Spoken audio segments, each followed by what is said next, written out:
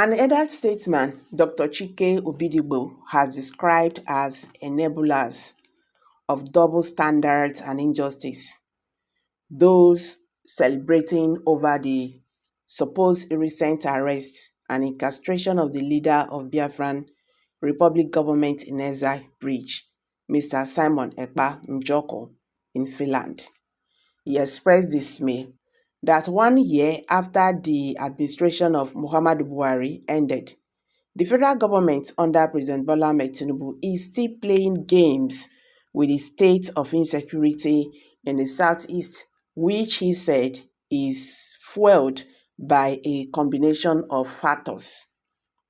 While noting that outright criminality from all sides and official neglect, aided by a lack of seriousness, is at the root of the hopelessness and despair in Igbo land.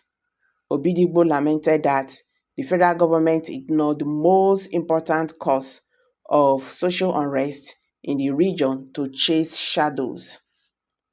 He decried the celebration of the reported neutralization of several youth, both civilians and security officials across the land, the supposed leaders of our collective tomorrow, saying that such announcement given the impression of great achievement rather than remorse for the destruction of our youth. In a statement made available to media on Tuesday, the elder statesman said that the fact remains that our youth are neutralized in various parts of the country, irrespective of their ethnic nationality or religious perception. Obidigbo stated, why is it that 54 years after the end of the Civil War, the federal government still behaves as if injustice and unfair treatment are the best way to remind Igbo that they lost the war? Despite the proclamation of no victor, none anguished, the echoes of Biafra from young people, most of whom were not even born during the war, are their own way of challenging the unfair deal against the Igbo. Nigeria says it is practicing democracy, but flagrantly undermines the rule of law, which is the bedrock of genuine democracy. Just so that Igbo should not be allowed to exercise freedom of choice or enjoy fundamental rights. At every point in Nigerians' march to the future, decisions are taken in such a way to suggest that efforts are being made to strengthen the truth through official sincere built around the marginalization of the Igbo. And truth be told, the 2023 general elections shows truly that Igbo are not targets of bigotry and internal xenophobia. Nnamdi Kanu was kidnapped by agents of the government. Kidnapping is a crime, and no responsible government should be seen to be committing crimes against its own citizens, especially where there are legal means of bringing offenders to book. Many Igbo believe that Biafra is spiritual. Therefore, if one leader goes down, there is the possibility that many others will still spring up. Obidigbo noted that just minutes after it became imperative that Ekpa would be out of circulation, Dr. Ngozi Orabueze, a woman, mounted the sander, stressing that this is a pointer to the failure of the Igbo political leadership, which, like their counterparts from other ethnicities, is very selfish and far removed from the people. Lamenting the double standard being applied to what concerns the Igbo, Obidigbo declared, it could be argued that this leadership failure explains the fact that several persons from other ethnic groups have joined in advocating for the separation of Nigeria. Since the amalgamation instrument expired in 2014, without any reasonable attempt to review it historically by all ethnic nationalities. But the painful part is that even those other people that address the press to announce their desire for secession are walking the streets freely with nobody interrogating or threatening them with arrest. So, why is Kanu's case different?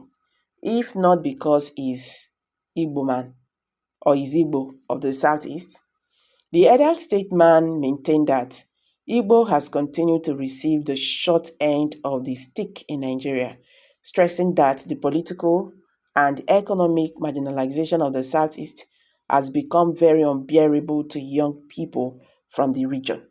He ascertained that based on the continuing oppression against the Igbo, there was nothing outside the ordinary for young Igbo boys and girls to start questioning the status quo to the extent of calling for a separate homeland or a referendum to determine their citizenship of the country.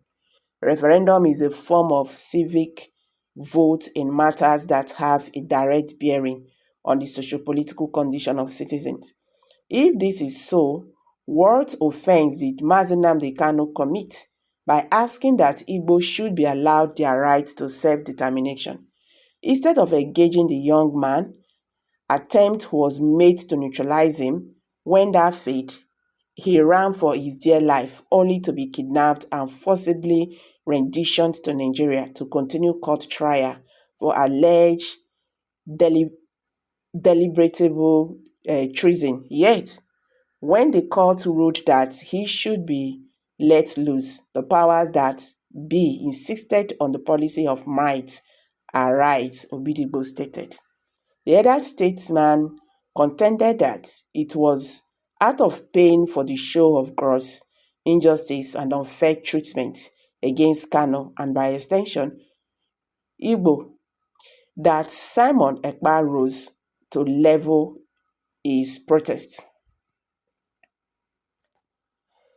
He regretted that instead of tackling the root cause of insecurity in the Southeast, the authorities have been scratching on the surface, adding, not every Igbo agree with Ekpa's style of drawing attention to the unjust treatment, but they are all aggrieved at the suffocating injustice.